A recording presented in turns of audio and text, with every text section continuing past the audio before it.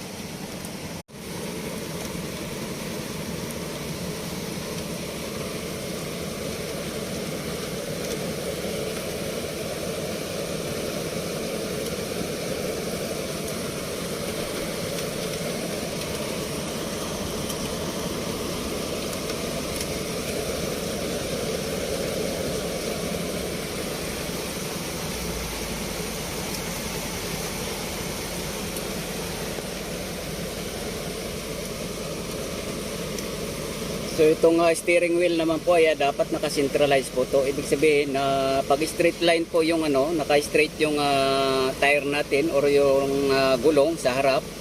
So kailangan po ito maging visible din po yung natin dito, yung meter. Kasi kung haharang po yung gitna na to, itong na to dito sa meter na to, hindi po natin makikita. So dapat po straight line natin. Yan po yung centralized po na tinatawag. Nasa tamang centralized yung steering wheel at saka yung position po ng tire natin.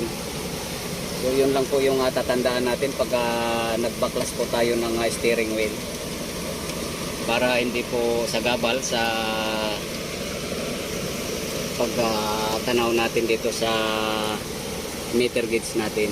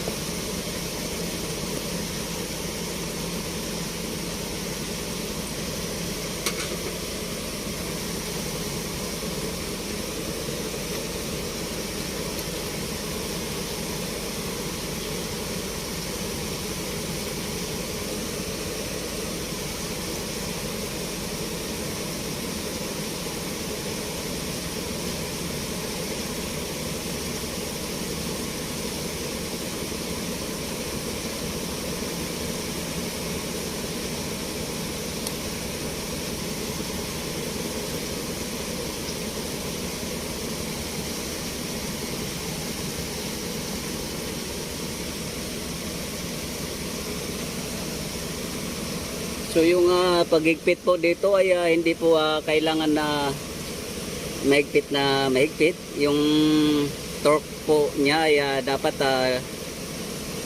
suabe lang po kasi masisira po yung pinaka bossing niya. Ito po kung nakikita po natin.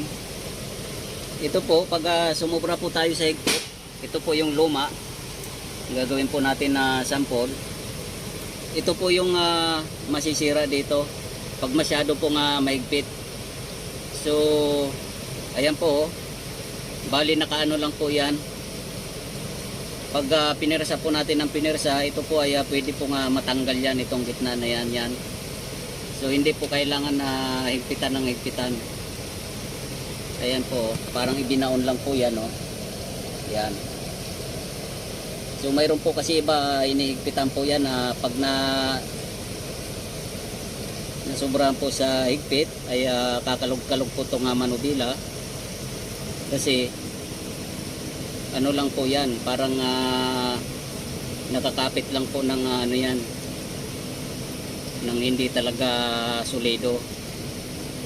Parang pinakabosing lang po yan. Ganyan.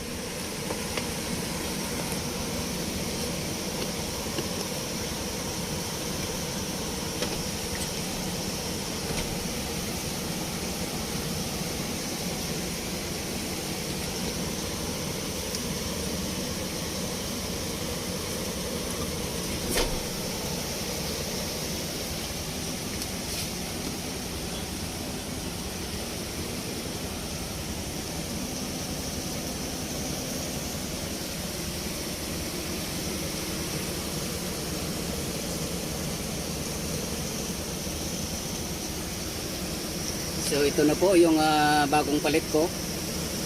Luma rin po siya, pero ito pong ano kasi niya, insulation po na hinahawakan po ng palad natin ay convenient po yung kamay natin habang dinadrive kasi hindi po siya dumudulas. Hindi po katulad dito, ay nasira na po yung ano niya, kaya nilagyan na lang po ng mga tape. So yun po ang pinaka-purpose, kaya po siya pinalitan. Ayan. So ayan na po, naibalik na siya.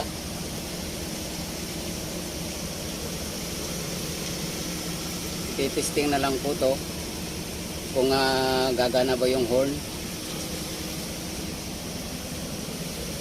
Kaso nga lang po ay maulan at hindi po naikabit yung battery, kaya hindi na po ma-testing to.